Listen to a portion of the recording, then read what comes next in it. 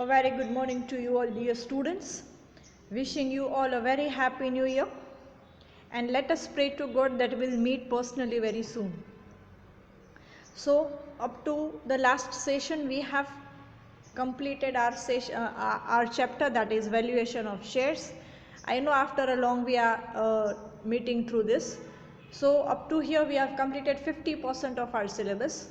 We have completed 2 units, valuation of shares and valuation of goodwill, each of 15 marks. From today we are going to start one of the unit of your syllabus, that is farm accounting.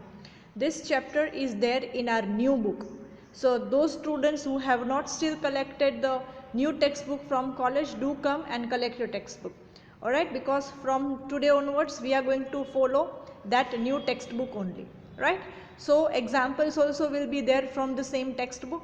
So I will be not giving you the PDF litho format. I will be directly giving you the examination example numbers from your textbook, and directly will start solution from the same. Right. So you need to have the new textbook with you. So within 2-3 days try to manage this. So third unit of our syllabus, that is farm accounting. Alright. So we are starting with the same. Okay, first point, India is primarily an agricultural country, as we all know. Agriculture is the largest and the most important sector of Indian economy.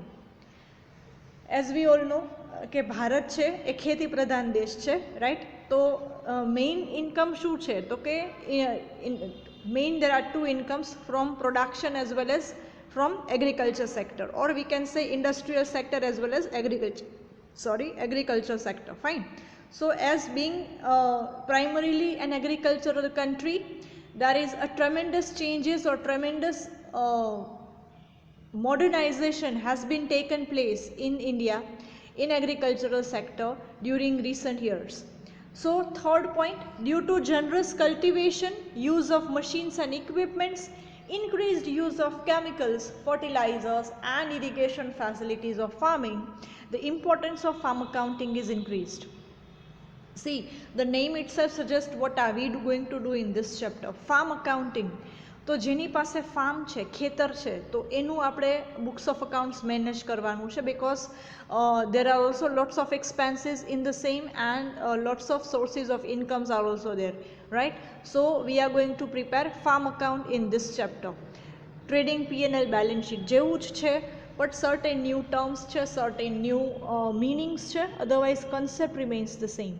Okay. So farm accounting એટલે કે જે જેની પાસે farm છે એનું આપણે books of accounts છે prepare કરવાનું છે, ફાર્મના બુક્સ ઓફ અકાઉન્ટ્સ પ્રિપેર કરવાના છે. Fourth point. Okay, before that let us understand the third point once again. Due to generous cultivation, એટલે કે ખેતી બહુ મોટા પ્રમાણમાં થાય છે, પાક જે વાવવામાં આવે છે બહુ મોટા પ્રમાણમાં છે.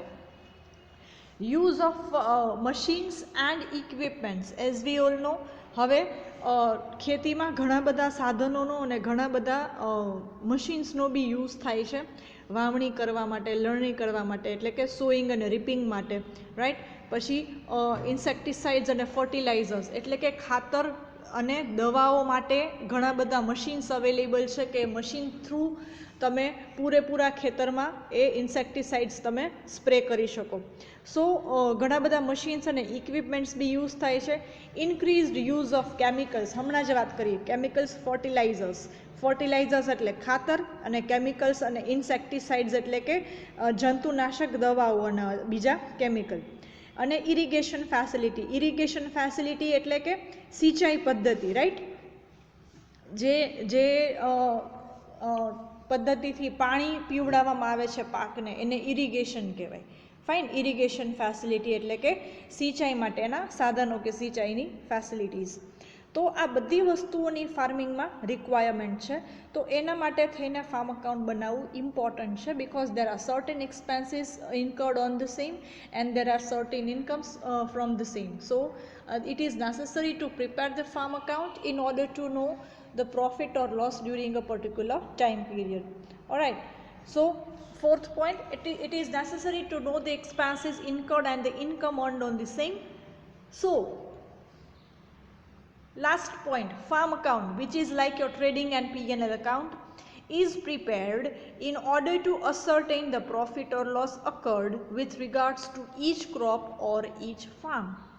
ઘણા બધા વ્યક્તિઓ કદાચ એવા હોઈ શકે કે એની પાસે એક કરતાં વધારે ખેતર છે. ઘણા વ્યક્તિઓ એવા છે કે એક જ ખેતરમાં મલ્ટિપલ ક્રોપ્સ લે છે, એટલે કે એક જ ખેતરમાં અલગ અલગ પાક છે એ વાવે છે. તો આ કેસમાં તમારે પ્રોફિટ કે લોસ ડ્યુરિંગ અ પર્ટિક્યુલર ટાઈમ પીરિયડ કેટલો છે એ જાણવો જરૂરી થાય છે, અને એટલા માટે થઈને આપણે ફાર્મ અકાઉન્ટ પ્રિપેર કરીએ છીએ. Okay, so moving further, here you have a tabular form of certain expenses and incomes which are related with farming. એટલે કે ખેતી માટે થઈને કયા કયા એક્સપેન્સીસ થાય છે, કઈ કઈ ઇન્કમ્સ થાય છે ખેતીમાં, એ આપણે સમજીએ.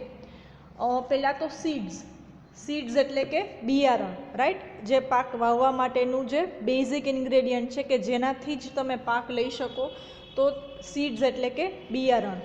નેક્સ્ટ ઇઝ ફર્ટિલાઇઝર્સ એટલે કે ખાતર. પછી એ દેશી ખાતર પણ હોઈ શકે, કુદરતી કે કેમિકલ બી હોઈ શકે, રાઈટ. ઇન્સેક્ટિસાઇડ્સ એટલે કે જંતુનાશક દવાઓ. વોટર ચાર્જીસ, જ્યાં પાણીની સગવડ નથી, પૂરતા પ્રમાણમાં પાણીની સગવડ નથી, ત્યાં પાણી તમારે પે કરીને લેવું પડે છે. Paid water would be there. So water charges or ગવર્મેન્ટની જે કાંઈ બી યોજના છે એના થ્રુ તમને જે પાણી મળે છે, તો એમાં બી તમારે સર્ટેન ચાર્જીસ પે કરવા પડે છે. સો વોટર ચાર્જીસ. વેજીસ, તો હવે તમે અહીંયા વિચારશો કે અહીંયા કોઈ પ્રોડક્શન નથી, તો વેજીસ શેના માટે? So these wages are paid to the workers who are working in the farm, right. જે વાવણી કરે છે, જે લણણી કરે છે, બીજા બધા ખેતરના કામ કરે છે, એને તમે જે અમાઉન્ટ પે કરો છો, that are called wages. Then rent to landlord એટલે કે તમારા જમીનદારને તમારે જે ભાડું આપવું પડે છે એ. જો તમારું પોતાનું ખેતર નથી, એ જગ્યા તમે ભાડે લઈને એમાં પાક વાવો છો, તો એ જે ભાડું આપો છો, that is rent to landlord. Then insurance premium.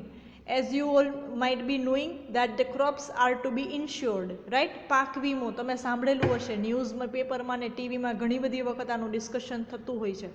પાક વીમો એટલે કે ઇન્સ્યોરન્સ પ્રીમિયમ.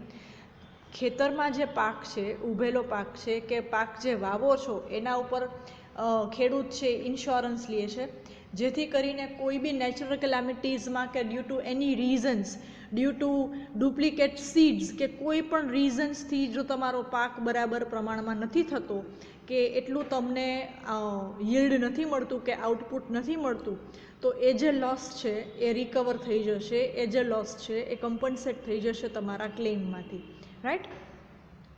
તમે ઘણી બધી વખત ટીવીમાં ને ન્યૂઝમાં જોવો છો કે ખેડૂતોનો પાક વીમો હજી મળેલો નથી, ઇન્સ્યોરન્સ કંપનીએ ક્લેમ એક્સેપ્ટ કરેલો નથી ઓર પૈસા ચૂકવેલા નથી, તો પાક વીમો એટલે કે ઇન્સ્યોરન્સ પ્રીમિયમ. અહીંયા તમારા ક્રોપનો તમે ઇન્સ્યોરન્સ લ્યો છો, જેમ આપણે મેડિક્લેમ અને લાઈફ ઇન્સ્યોરન્સ લઈએ છીએ, એવી જ રીતે ક્રોપનો અને કેટલ્સનો. કેટલ્સ એટલે કે ઢોર ઢાખર કે જે ખેતરમાં હોય છે, ગાય, ભેંસ, બકરી, એની વાત કરું છું, ઓકે, અને કેટલ્સ કહેવાશે.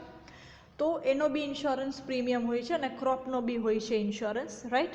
સો એના ઉપર જે પ્રીમિયમ પે કરો છો, that is also called an expense. So insurance premium here is an expense. Depreciation and other expenses on tractor. As we all know, ખેતરમાં ટ્રેક્ટરની જરૂર પડે છે, રાઈટ, ખેડવા માટે થઈને. તો ટ્રેક્ટરનું ડેપ્રિસિએશન છે કે કોઈ બી નાના મોટા ખર્ચ છે, રિપેરિંગ ચાર્જીસ એન્ડ ઓલ, તો એ બધું બી એના એક્સપેન્સીસ થશે, right. So next, moving towards income. So income માં છે 3. Cell of principal crops. Principal crop એટલે કે મેઇન તમારો જે પાક છે એની વાત કરું છું, મુખ્ય પાક. પ્રિન્સિપલ ક્રોપ્સ એટલે કે મુખ્ય પાક, માનો કે ઘઉં છે, ચોખા છે, બાજરી છે, વગેરે વગેરે. દેન સેલ ઓફ ગ્રાસ એટલે કે ક્યારેક એવું બને છે કે ખેતરના અમુક જગ્યામાં તમે ઘાસ વાવો છો, ઘર એટલે કે તમારા પોતાના પશુઓને ખવડાવવા માટે કે સેલ કરવા માટે, તો એ ગ્રાસ છે એ બી તમારી ઇન્કમ થશે. પછી તમારી પાસે જે પશુઓ છે, ગાય, ભેંસ, બકરી, એનું જે મિલ્ક પ્રોડ્યુસ થાય છે, એ મિલ્ક બી તમે સેલ કરો છો, એટલે કે ફાર્મર સેલ કરે છે, તો એનાથી બી એને ઇન્કમ જનરેટ થાય છે. So sale of milk or income from milk. તો આ બધી ફાર્મરની મેઇન ઇન્કમ્સ થશે. અને આ બધા મેઇન એક્સપેન્સીસ થશે. Apart from these expenses certain other expenses are also there, alright, કે જે આપણે હમણાં ફોર્મેટ જોઈએ છે ને એમાં આપણે જોશું. So these will be the general expenses and income for farming. Moving further, ledgers or statements to be prepared. Generally આપણે ફાર્મ અકાઉન્ટ બનાવવાનું રહેશે. ક્યારેક અમુક એક્ઝામ્પલમાં ફાર્મ અકાઉન્ટ અને બેલેન્સ શીટ બનાવવાના રહેશે, રાઈટ. ફાર્મ અકાઉન્ટ એટલે તમારા ટ્રેડિંગ અકાઉન્ટ અને P&L અકાઉન્ટ જેવું જ છે, રાઈટ, પણ એમાં production related, goods related expense જે આવે ને એની જગ્યાએ અહીંયા ક્રોપ રિલેટેડ બધા એક્સપેન્સીસ આવશે. અને બેલેન્સ શીટ જનરલી આપણે આ બે બનાવવાના હોય છે. હવે ક્યારેક એવું બને છે કે કોઈ એક વ્યક્તિ છે એની પાસે 2 ખેતર છે, તો એના કેસમાં આપણે આ ત્રણેય બનાવવા પડશે, રાઈટ. અહીંયા નંબરિંગ ઇસ્યુ છે, અહીંયા 2 થશે, અહીંયા 3 થશે. General profit and loss account, balance sheet અને ફાર્મ અકાઉન્ટ ત્રણેય બનાવવાના રહેશે. ઓકે, ક્યારે? જ્યારે એક કરતાં વધારે ખેતરનું તમને ઇન્ફોર્મેશન આપેલી છે ત્યારની વાત કરું છું, right. So farm account, general P&L account and balance sheet. આ શું છે, કેવી રીતે થશે, કેમ થશે, બધી આપણે વાત પછી કરીએ. So now important points to be remembered એ આપણે છેલ્લે કરીએ. પહેલાં આપણે લઈ લઈએ પ્રોફોર્મા ઓર ફોર્મેટ. જો આપણે હું ફોકસ થોડું ચેન્જ કરું છું તો તમને આઈડિયા આવશે વધારે. C, this is the પ્રોફોર્મા of your farm account. તમારી ટેક્સ્ટ બુકમાંથી જ આ પીક લીધેલો છે, તો તમારી ટેક્સ્ટ બુકમાં બી તમે જોઈ શકો છો, રાઈટ. સો તમને જોઈને જ ખબર પડી જશે કે ટ્રેડિંગ અકાઉન્ટ અને P&L અકાઉન્ટ જેવું જ દેખાય છે. ઓકે, તો ચલો 1 બાય 1 જોઈએ. પહેલાં ડેબિટ સાઈડ લઈ લઈએ. ડેબિટ સાઈડ છે ઓપનિંગ સ્ટોક. એમાં છે growing crop, grass, fertilizers, seeds, pesticides and cattles એટલે કે લાઈવ સ્ટોક. હમણાં જ જે વાત થઈ આપણે, જે પશુઓ છે એટલે કે ગાય ભેંસ બકરી છે જે ખેડૂત પાસે, એને કેટલ કહેવાય કે એને લાઈવ સ્ટોક કહેવાય, બરાબર. તો આ બધાનો ઓપનિંગ સ્ટોક જે તમને ક્વેશ્ચન્સમાં એક્ઝામ્પલમાં આપેલો જ હશે, તમારે ખાલી એમાં લખવાનું છે. Then second item is purchase. Purchase of fertilizers, seeds, pesticides, cattle etcetera. So again યાદ કરાવી દઉં, ફાર્મ અકાઉન્ટ કેવું છે, તમારા ટ્રેડિંગ અને P&L અકાઉન્ટ જેવું. સો ડેબિટ સાઇડ શું આવશે? ઓપનિંગ સ્ટોક, પરચેઝ અને એક્સપેન્સીસ. ક્રેડિટ સાઇડ શું આવશે? સેલ, ઇન્કમ અને ક્લોઝિંગ સ્ટોક, રાઈટ. આટલું આવશે. સો નેક્સ્ટ લેન્ડ રેવન્યુ, એટલે કે તમારે જે પે કરવાનું થાય છે, તમારે જે રેન્ટ પે કરવાનો થાય છે લેન્ડ ઉપર, દેટ ઇઝ લેન્ડ રેવન્યુ.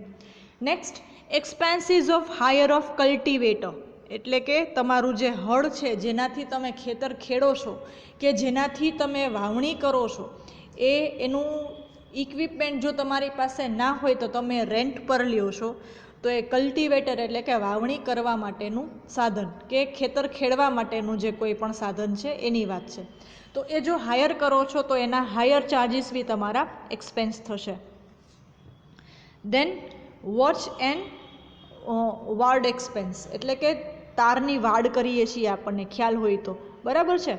તો એના જે એક્સપેન્સીસ છે એ બી અહીંયા ડેબિટ થશે. Then water charges, farming expense, expense of grass cutting, wages in cash, crops in lieu of wages and rendered by family members. અહીંયા વેજીસ ત્રણ રીતે મળે છે ઓર 2 રીતે મળે છે બેઝિકલી. કેશથી મળે છે અને crops in lieu of veggies એટલે કે કેશ આપવાની બદલે તમારા જ ખેતરમાં ઉગેલો તમે ક્રોપ આપી દો છો વર્કર્સને. માનો કે મારી પાસે 20 વર્કર્સ છે, તો એમાંથી 10 વર્કરને હું કેશમાં વેજીસ આપું છું અને બીજા 10 વર્કર્સને કેશમાં પે નથી કરતી, પણ દરેક વર્કર્સને હું 50-50 કિલો ઘઉં આપી દઉં છું. તો આ શું થશે?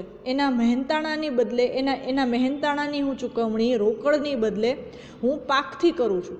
તો એને કહેવાશે crops in lieu of veggies, એટલે કે વેજીસના બદલામાં તમે શું આપો છો? ક્રોપ આપો છો, પાક આપો છો વેજીસ તરીકે. ઓકે.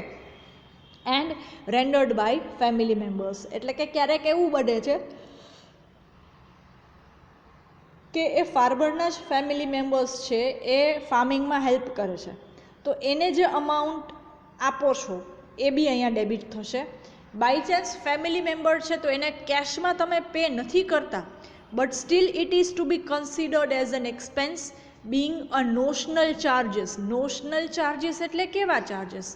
નોશનલ એક્સપેન્સીસ એટલે એવા એક્સપેન્સ કે ભલે તમે એક્સપેન્સ ઇન્કર નથી કરેલા, પણ એક્ઝેક્ટ કોસ્ટિંગ કાઢવા માટે, એક્ઝેક્ટ પ્રોફિટ કે લોસ જાણવા માટે તમે એ એઝ એન એક્સપેન્સ લઈ લ્યો છો, તો એને નોશનલ એક્સપેન્સ કહેવાય. So this wages paid to the family members can also be treated as notional wages. Then next, dung of the cattle purchased in cash and dung of owned cattle. તો અહીંયા તમને ખ્યાલ છે કે ગાય ભેંસનું છાણ છે એ ખાતર તરીકે વપરાય છે, ડંગ એટલે કે છાણ. So here it can be purchased in cash as a fertilizer, right, or dung of own cattle. એક ખેડૂતના જ પોતાના જે કેટલ છે એનું ડંગ બી અહીંયા આપણે ડેબિટ કરીએ છીએ, કેમ કે એ ફર્ટિલાઇઝર તરીકે યુઝ થાય છે. આમાં ઘણા બધા આઇટમ્સ જે છે એ ડેબિટ સાઇડ બી આવે છે અને ક્રેડિટ સાઇડ બી આવે છે. તો એ શું કામ છે, કેમ છે, આપણે પછી હમણાં સમજીએ છીએ. After this, expenses of fencing. તો એ હમણાં જ આપણે જે વાત થઈ, કાંટાની વાડ કરે છે કે જેથી કરીને કોઈ વ્યક્તિ કે બીજા કોઈ પશુ અંદર પ્રવેશે નહીં, એટલા માટે કાંટાની વાડ કરો છો, રાઈટ. સો એ એક્સપેન્સ બી, ફેન્સિંગ એક્સપેન્સ બી તમે અહીંયા લઈ શકો છો as a expense. Next, irrigation expense. Irrigation expense એટલે સિંચાઈ માટેના જે ખર્ચ છે એની વાત કરે છે. And higher charges of tractor. ક્યારેક એવું બને છે કે ટ્રેક્ટર પોતાની માલિકીનું નથી, પણ એને ભાડે લઈને કામ કરવું પડે છે, તો ટ્રેક્ટરના રેન્ટ છે, હાયર ચાર્જીસ છે, એ બી એક્સપેન્સ થશે. આપણે ડેબિટ સાઇડ લઈ લઈએ, પછી બીજી ક્રેડિટ સાઇડ જોઈએ. Then insurance premium of crops, cattle અને ઇક્વિપમેન્ટ, બધા ઉપર ઇન્સ્યોરન્સ લેવામાં આવે છે, રાઈટ. તો જે બી ઇન્સ્યોરન્સ પ્રીમિયમ છે બધી અહીંયા આવશે. Next, interest on loan, right. Loan ઉપરનું ઇન્ટરેસ્ટ તમારે પે કરવાનું છે. લોન લીધેલી છે તો એના પર ઇન્ટરેસ્ટ પે કરવું પડશે. દેન કેટલ એક્સપેન્સ, તમારા પશુઓ પાછળ તમારે સર્ટેન એક્સપેન્સ થાય છે, certain medicines, health checkup, right, vaccination, એ બધા કેટલ એક્સપેન્સ થશે. Then loss on sale of cattle, loss due to theft of agriculture produce, donation etcetera. તો કેટલ સેલ કરો છો, માનો કે લીધું છે 50,000માં અને સેલ કરો છો 40,000માં, સો 10,000નો લોસ અહીંયા ડેબિટ થશે. And loss due to theft of agriculture produce એટલે કે ખેતરમાં જે પાક છે એ ચોરાઈ જાય છે, so that is also to be treated as a loss over here. Then donation, goods તમે એઝ અ ડોનેશન આપો છો એની વાત છે. એન્ડ મિસલિનિયસ એક્સપેન્સીસ એટલે કે અધર એક્સપેન્સીસ. તો આ તમારી ડેબિટ સાઇડ અહીંયા પૂરી થાય છે. If we look at the credit side, see, sale of crop, grass and seeds, then sale of milk, sale of ghee, right. તો આ બધી મેઇન ઇન્કમ થશે. તો મેઇન ક્રોપ, પ્રિન્સિપલ ક્રોપ ઓર પ્રિન્સિપલ ઇન્કમ કઈ થશે? આ ત્રણ વસ્તુની. મિલ્કથી અને ઘીથી જે ઇન્કમ થશે ને એને બાય પ્રોડક્ટ્સ કહેવાશે, right. Then by any means, if the goods or crop or grains are going out from the farm, it is to be treated as trading credit or farm account credit side any entry આવશે, right. તો જો grains use for domestic consumption એટલે as a drawing or personal use માટે તમે grains use કરો છો. જે ખેડૂત છે, જે ફાર્મર છે, એ પોતાના જ ફાર્મમાં ઉગેલા ઘઉં ચોખા ઘરે વપરાશ માટે લઈ જાય છે, so that is called grain used for domestic or personal consumption. Then crops given to labourers in lieu of wages. તો જો અહીંયા આપણે વેજીસમાં બી જોયું એ જ વસ્તુ, crops given in lieu of wages, અને અહીંયા બી આપણે જોયું crops given in lieu of wages. શું કામ? Because as a wages pay કરો છો, સો દેટ ઇઝ એક્સપેન્સ એટલે ડેબિટ સાઇડ આવે. And as the crops are going out from the farm it is to be treated as credit side, or it is to be posted at credit side of the farm account. By any means, if the goods or crops are going out of the farm or business, that is to be credited. Then crop given as donation, crop stolen, grass used for feeding own cattle, government subsidy. હવે જો આ બધું તો by any means if the crops are going out એની વાત છે. Government subsidy considered as an income, right? Then income from patch, profit on sale of cattle, dung of own cattle. Again આની બી બે effect આવશે, right, dung of own cattle ની. તો અહીંયા આપણે ઉપર જેમ જોયું એમ કે કોઈ પણ રીઝન્સથી if your goods are going out of your farm or if your crops are going out of the farm, it is to be credited. ચલો moving further.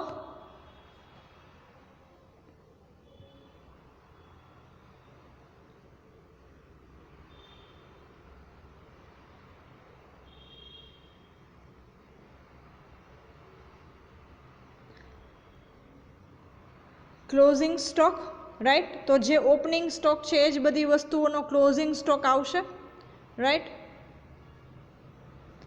And last profit or loss. Okay, તો આ તમારું farm account થશે. Fine. હવે જોઈ લઈએ એની important points to be remembered. આ વિધાઉટ ફેઇલ તમારે તમારી નોટબુકમાં લખી લેવાનું છે, રાઈટ, કેમ કે આવી ઘણી બધી એન્ટ્રીઝ આવશે કે જ્યારે આપણે બધા એક્ઝામ્પલમાં ફ્રીક્વન્ટલી આ બધી એન્ટ્રીઝ આવશે. Alright, so don't forget to write this. First point, grains given to laborers in lieu of wages, grass consumed for feeding own cattle, grains given as charity or donation, grains stolen, dung manure of own cattle, etc. હવે આ બધી વસ્તુઓ ખાસ યાદ રાખશો.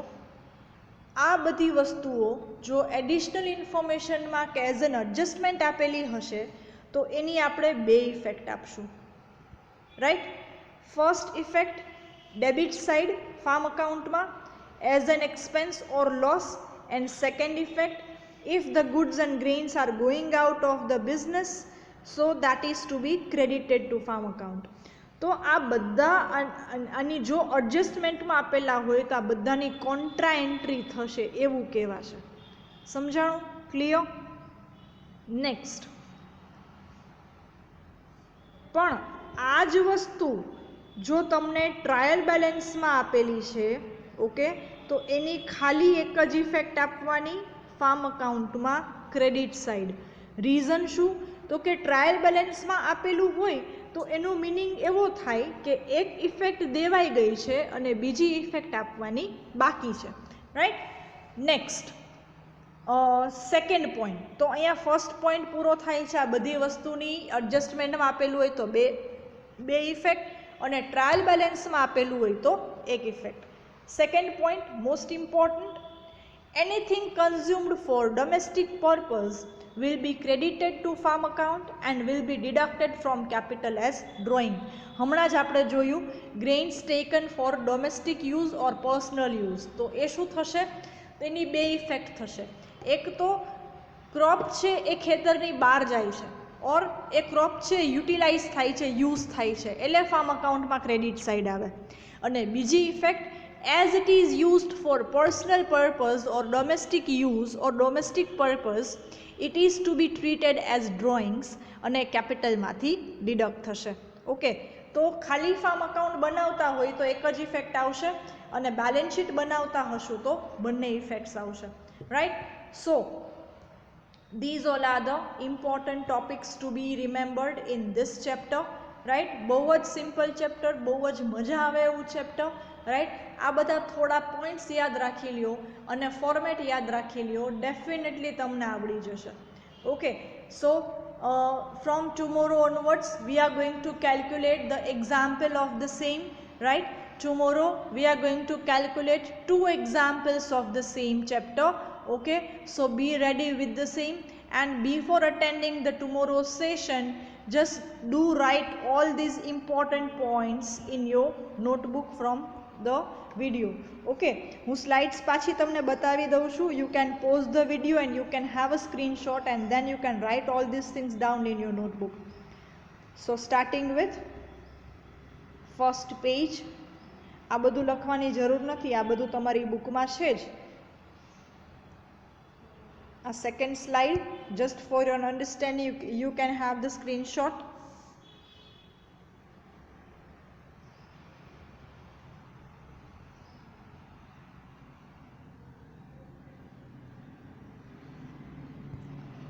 Next, income and expense,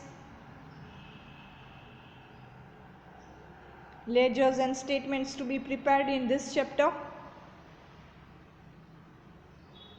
Important points to be remembered, most important one, this is with the continuation. A point is here and B point is here of the first topic. This is the second point, anything consumed વાળો. Proforma જે already તમારી પાસે છે text બુકમાં. Okay, so